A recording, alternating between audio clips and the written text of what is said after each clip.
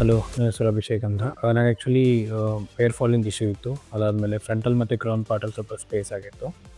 So ಅದಕ್ಕೆ ನಾನು ಒಂದಿಷ್ಟು ಕಡೆ ಹೋಗ್ಬಿಟ್ಟು ಕೇಳಿದ್ದೆ ಇದ್ರ ರಿಗಾರ್ಡಿಂಗು. ಬೇರೆ ಕಡೆ ಎಲ್ಲ ತುಂಬ ಅಂದರೆ ಕ್ಲಿನಿಕ್ಸ್ ಎಲ್ಲ ಅಪ್ರೋಚ್ ಮಾಡಿದ್ದೆ. ಸೊ ಇಲ್ಲೂ ಹಂಗೆ ಅದೇ ಥರ ಅಪ್ರೋಚ್ ಮಾಡಿದ್ದೆ ಬಂದು. ಆ ಟೈಮಲ್ಲಿ ಇಲ್ಲಿ ಆನ್ ಗೋಯಿಂಗ್ ಪೇಷಂಟ್ ಒಬ್ಬರು ಇದ್ದರು. ಸೊ ಅವ್ರು ಮಾಡಿಸ್ಕೊಂಡು ಹೋದ್ರು. ಹೋಗಿದ್ಮೇಲೆ ಒಂದು 15-20 ಡೇಸ್ ಆದಮೇಲೆ ಅವ್ರಿಗೆ ಕಾಲ್ ಮಾಡಿದ್ದೆ.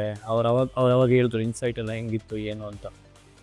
ಸೊ ಅವ್ರ ರಿಸಲ್ಟ್ಸ್ ಆ್ಯಕ್ಚುಲಿ ಚೆನ್ನಾಗಿ ಬಂದಂಗಿತ್ತು. ಸೊ ಅದೇ ಕಾನ್ಫಿಡೆನ್ಸ್ನಲ್ಲಿ ನಾನು ಇಲ್ಲಿ ಬಂದಿದ್ದೆ.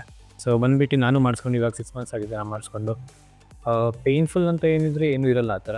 ಜಸ್ಟ್ ಅವೆಲ್ಲ ಏನಿದ್ರು ಸ್ಟಾರ್ಟಿಂಗ್ ಇನಿಷಿಯಲ್ ಅನೆಸ್ಥೆಷಿಯಾ ಕೊಡ್ಬೇಕಾದ್ರೆ ಅಷ್ಟೇ ಬಿಟ್ಟರೆ ರಿಮೈನಿಂಗ್ ಎಲ್ಲ ಮೂಮೆಂಟು ತುಂಬ ನಾರ್ಮಲ್ ಆಗಿ ಅನಿಸುತ್ತೆ. ಮತ್ತು ಇನ್ನೊಂದು ಇನಿಷಿಯಲ್ 1 or 2 ಡೇಸ್ ಅಷ್ಟೇ ಸ್ವಲ್ಪ ನಿಮಗೆ ಕಾಸಿ ಅನಿಸುತ್ತೆ. ಅದು ಬಿಟ್ಟರೆ ನಾರ್ಮಲಾಗಿ ಒಂದು 15 ಡೇಸ್ ಆಯಿತು ಅಂದರೆ ಆಲ್ಮೋಸ್ಟ್ ಏನೂ ಬೇಕಾಗಿಲ್ಲ, ನಿಮಗೇನೋ ಫೀಲೇ ಆಗೋಲ್ಲ. ಆಲ್ಮೋಸ್ಟ್ ನಾರ್ಮಲಾಗಿ ಹೋಗ್ಬಿಡುತ್ತೆ.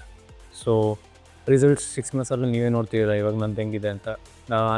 ನನಗೇನೋ ಸ್ಯಾಟಿಸ್ಫೈ ಆಗಿದೆ. ಇದು ಎಕ್ಸ್ಪೆಕ್ಟೆಡ್ ರೀತಿಯಲ್ಲೇ ಬಂದಿದೆ. ಕವರ್ಡ್ ಇದೆ ಏರಿಯಾ. ಅದು ಅಲ್ಲದೆ ಮತ್ತು ಹೇರ್ ಫಾಲ್ ಆಗ್ತಿರೋ ಹೇರ್ಸ್ ಎಲ್ಲ ಆದರೆ ಅದು ಇವ್ರು ಕೊಡೋ PRP 3 ಸೆಷನ್ಸಲ್ಲಿ ಕವರ್ ಆಗುತ್ತೆ. ಸೊ ಈ ರೀತಿ ಚೆನ್ನಾಗಿದೆ ಇಲ್ಲ.